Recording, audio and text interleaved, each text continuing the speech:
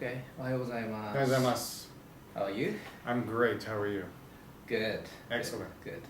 Well, thank you for coming here. Sure. Well, we are expecting your seminar coming up soon. Yeah.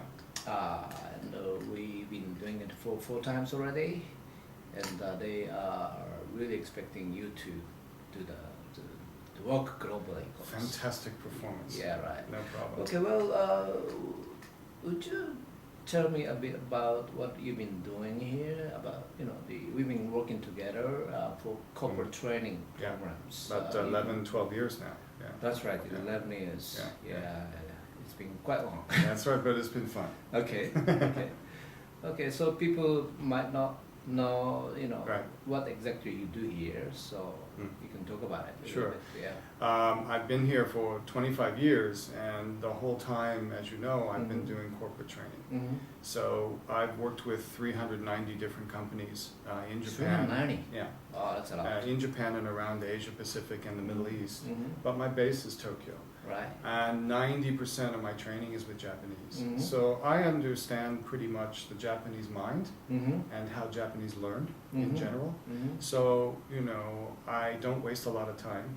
I spend our time really focusing on what I think people need to increase their skills. Okay.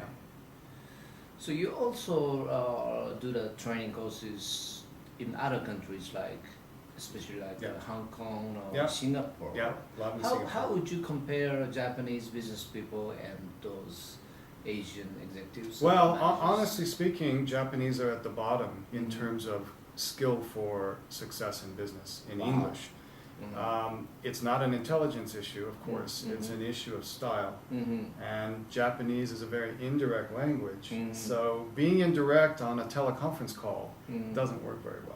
Right. So I work with Japanese to make them, faster, the ability to cut in meetings and teleconferences, the ability to persuade people. That's what I spend time doing. Would you say is it getting better compared to, let's say, 10 years ago? Yeah, or it's better. Getting better. It's better, but the others are getting better too. So Okay. I think it's a contest. Well, it's like this. And I think more Japanese are traveling overseas, more business people are doing business overseas. Really, I've seen an explosion in teleconference type of encounters where Japanese are speaking in Tokyo, Osaka, and then they're talking to the world. So, just that basic communication skill is expanding rapidly. Japanese are getting better, but it's a challenge. It's a challenge, I think. And each person is different. Some people are great, some people need some help.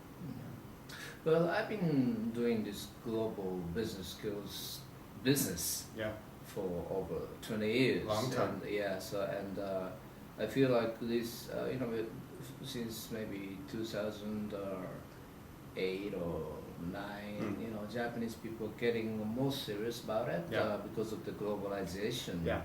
You also coach the executives, let's say CEOs or president of the companies. How do you feel like it? The majority of what I do is with foreign executives. It's interesting. So I'm not as much working with Japanese executives. I'm working with foreign executives, but I do increasingly work with Japanese executives. And, usually at that level, particularly in international companies, they're very polished. They're really good, but they need some, private work so that they don't lose face in front of other people. Yeah.